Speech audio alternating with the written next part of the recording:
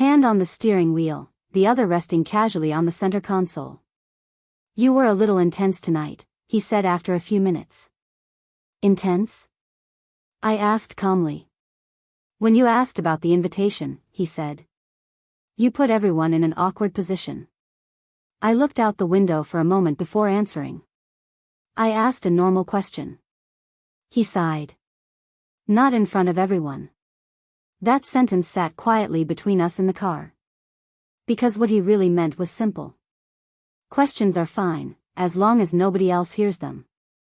When we got home, he dropped his keys on the table and headed straight for the kitchen to grab a drink. I followed more slowly. "So next time," he said, pouring water into a glass, "if something bothers you, just talk to me privately." I watched him carefully. "You mean quietly?"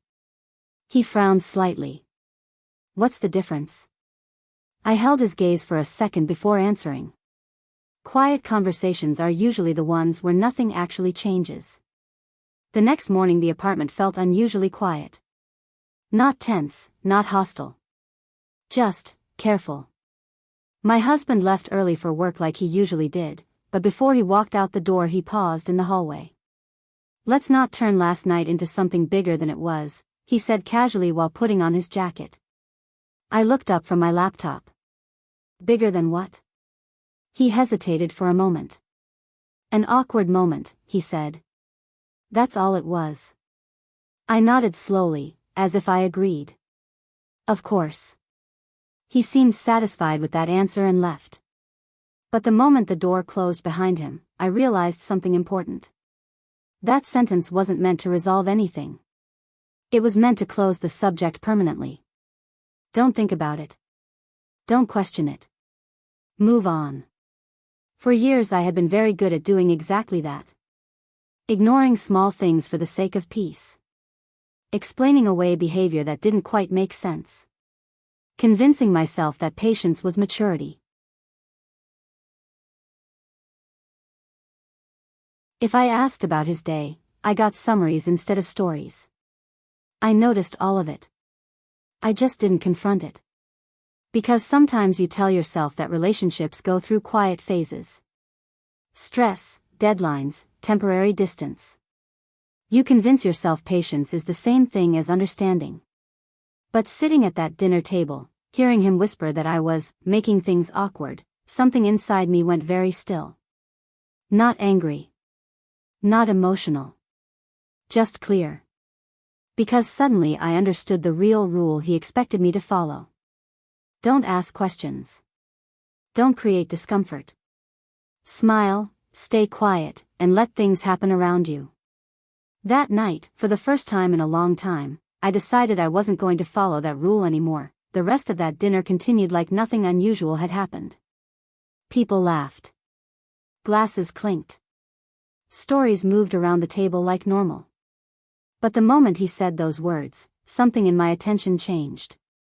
I started observing instead of participating. The woman from his office sat 2 seats away from him, smiling easily, speaking confidently like she had been part of the group for a long time. He laughed at her jokes in a way that felt slightly different from how he laughed at everyone else. Not inappropriate. Not obvious. Just attentive. And suddenly the last few months made more sense than they had before. The late nights at work. The phone that never left his hand. The short answers whenever I asked simple questions. I didn't accuse him. I didn't create a scene at the table. If anything, I became quieter. Not upset. Just watchful. When dinner finally ended and everyone began putting on coats near the door, she smiled at me politely. "It was really nice meeting you," she said. "I've heard a lot about you." I returned the smile. "I'm sure you have." My husband looked between us quickly, like he was checking the temperature of the room. On the drive home he stayed unusually relaxed. 1.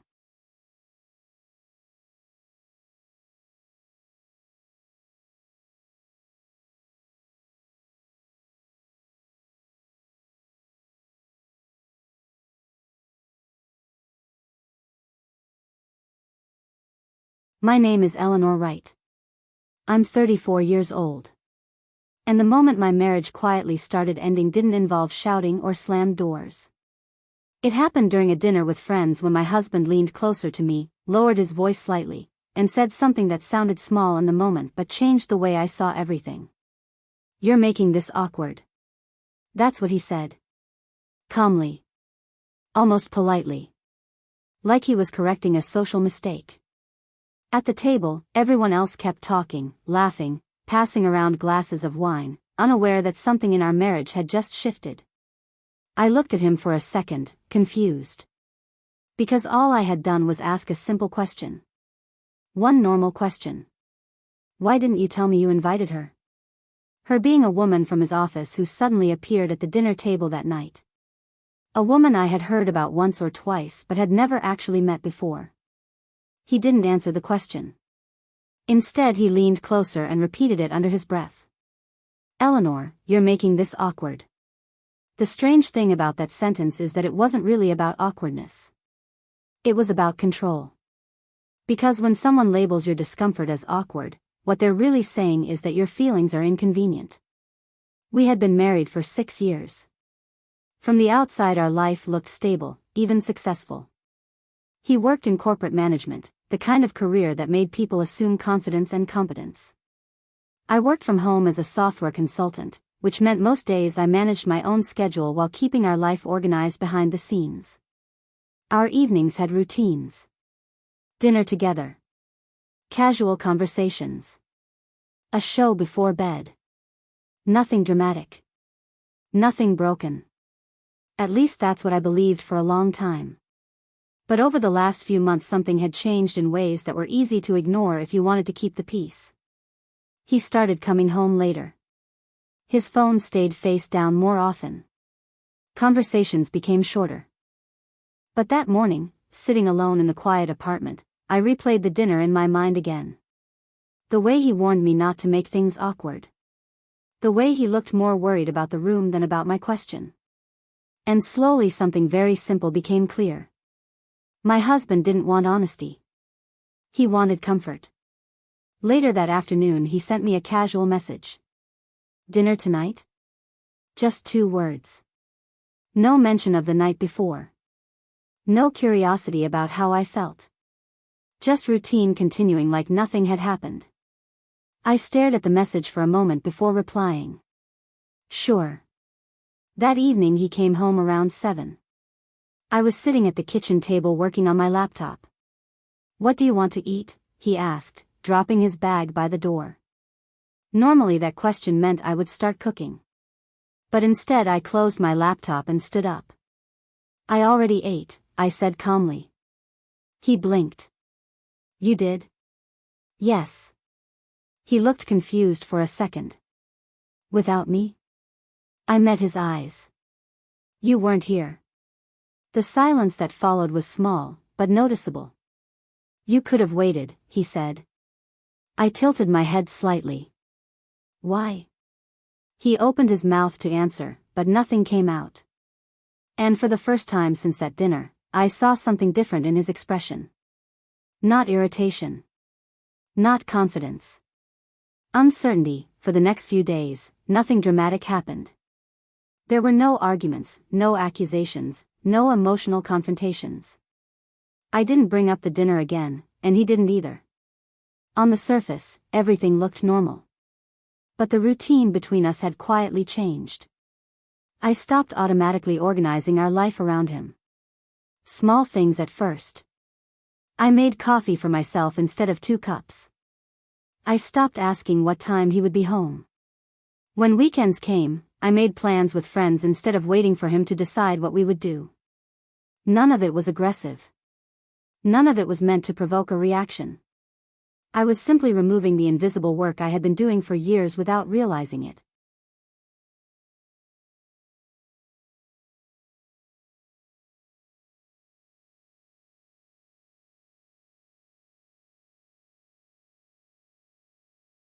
By Thursday evening, he finally noticed the difference clearly enough to say something. I was sitting on the couch reading when he walked into the living room and stood there for a moment watching me. "You've been acting strange lately," he said. I marked my page and looked up. Strange how? He shrugged, clearly trying to explain something he hadn't fully thought through. You're distant. I considered that word carefully. Distant. That was interesting, because distance had been building in our marriage long before I stopped cooking dinner or waiting for him at the table. I'm not distant, I said calmly. I'm just not rearranging everything around you anymore. His eyebrows pulled together slightly. What does that mean? I closed my book. It means when something feels uncomfortable, I'm not pretending it doesn't exist. The room went quiet again. He shifted his weight, looking uneasy in a way I hadn't seen before. So this is about that dinner? He asked. I didn't answer immediately. Instead, I watched him for a moment, letting the silence stretch long enough to make the point clear. Then I said something very simple. No, he blinked. No? I nodded slowly. This is about everything. He didn't respond immediately. Instead, he stood there for a few seconds, as if trying to understand a conversation he hadn't expected to have. Everything, he repeated quietly. I nodded. Yes. He rubbed the back of his neck, a habit he had whenever he felt cornered. I don't understand why you're making this such a big deal, he said. Nothing actually happened. That sentence almost made me smile, not because it was funny, but because it was familiar. It was the same logic people use when they want something uncomfortable to disappear.